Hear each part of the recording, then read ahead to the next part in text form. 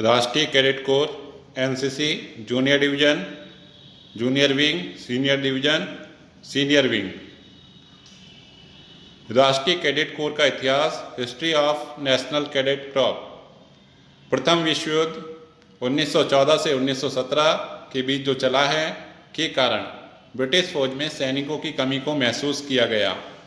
British शासक भारतीय विश्वविद्यालय के छात्रों को सैन्य प्रशिक्षण देना चाहते थे, जिससे उनकी फौज के लिए अच्छे ऑफिसर व सैनिक मिलते रहें। कैडेट्स हमारे देश में उस समय अंग्रेज़ों का शासन था और अंग्रेज चाहते थे कि उनकी ओर से युद्ध लड़ने के लिए जो भारतीय अफसर हैं और सैनिक हैं वो तैयार हों, इसलिए उन्होंने यूनिवर्सिटी में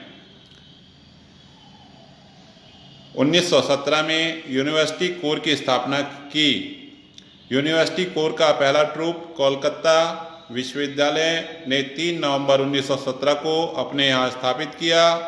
1920 में भारतीय प्रादेशिक अधिनियम पारित हो जाने से यूनिवर्सिटी कोर का स्थान यूनिवर्सिटी ट्रेनिंग कोर यूटीसी ने ले लिया। 1942 में यूटीसी का नाम बदलकर यूनिवर्सिटी ऑफिसर ट्रेनिंग कोर्स यूओटीसी रखा गया, लेकिन इस संगठन का दायरा बहुत सीमित था तथा बहुत कम छात्रों ने इसमें प्रतिभाग किया।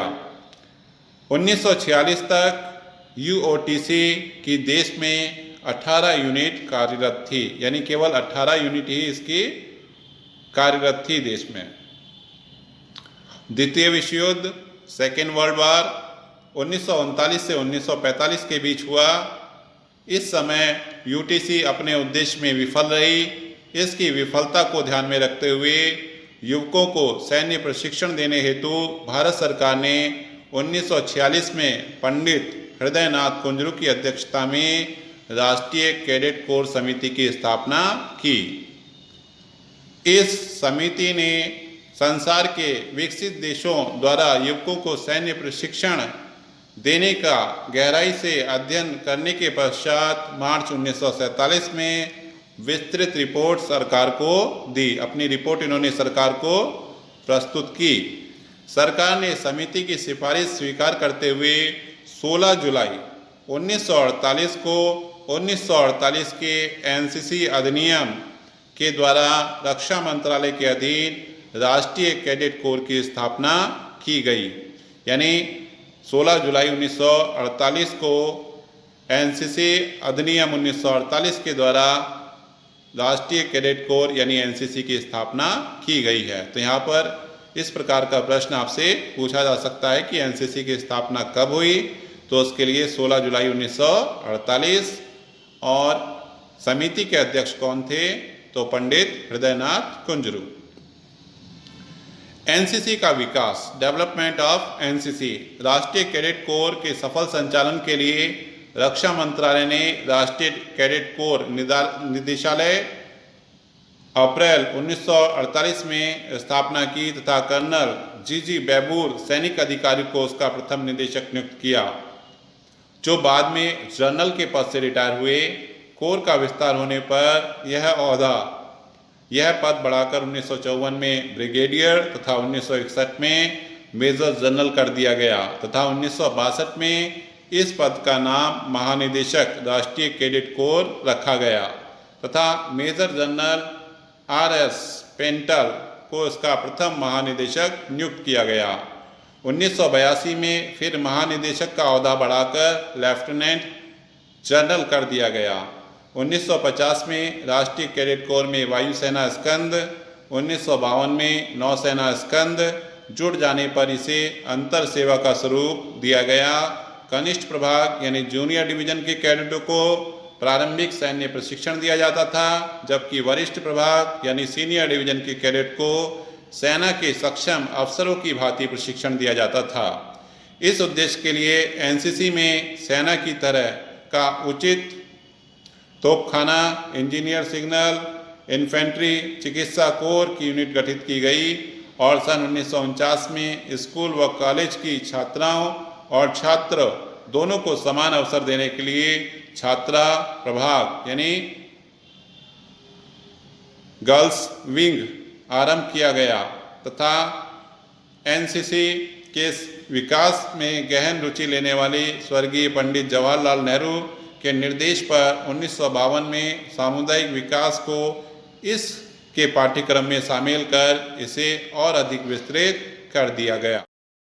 1960 तक देश में स्कूलों व कॉलेजों में एनसीसी के लिए मांग बहुत बढ़ गई। बढ़ती हुई मांग को पूरी करने के लिए एक और संगठन यानी एनसीसी राइफल्स की स्थापना की गई। चीनी आक्रमण के बाद राष्ट्र की आवश्यकता पूरी करने के लिए 1963 में एनसीसी प्रशिक्षण को अनिवार्य कर दिया गया, अर्थात हर स्टूडेंट्स को या हर छात्र छात्रा को एनसीसी का प्रशिक्षण देना अनिवार्य था तथा 1964 में एनसीसी आर को एनसीसी में मिला दिया गया तथा भी अनिवार्य एनसीसी प्रशिक्षण था उसके विरुद्ध में छात्रों ने विरोध किया तथा कुछ कुलपतियों के सुझाव पर 1968 में एनसीसी को फिर से स्वैच्छिक बना दिया गया।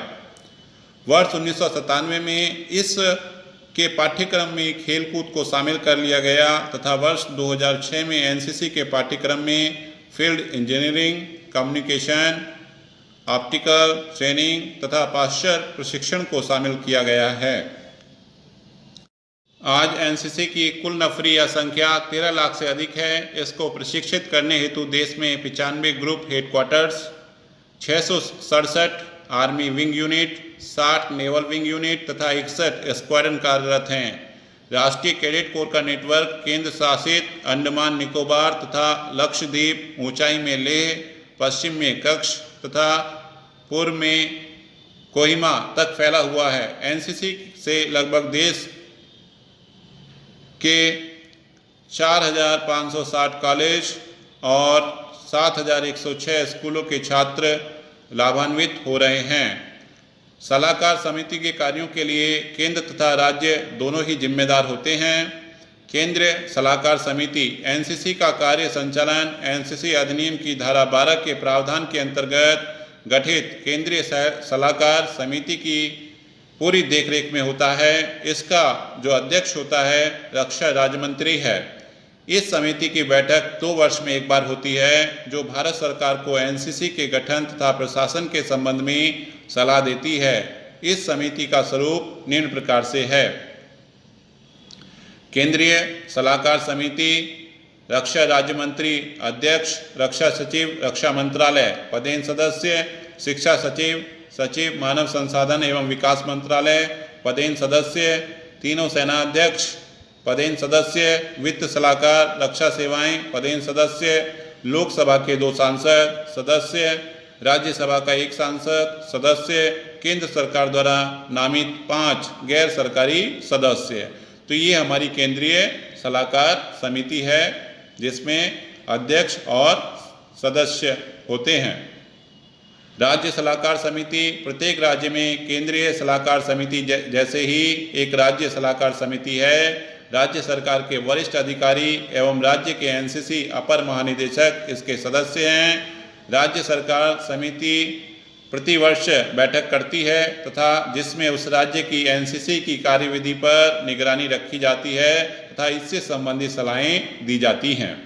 राष्ट्रीय कैडेट कोर के उद्देश्य, एम्स ऑफ एनसीसी, नंबर 1, देश के युवाओं में चरित्र से सहचर्य, अनुशासन, नेतृत्व, धर्मनिरपेक्षता, रोमांच, स्पोर्ट्समैनशिप तथा निस्वार्थ सेवा का भाव का संचार करना है।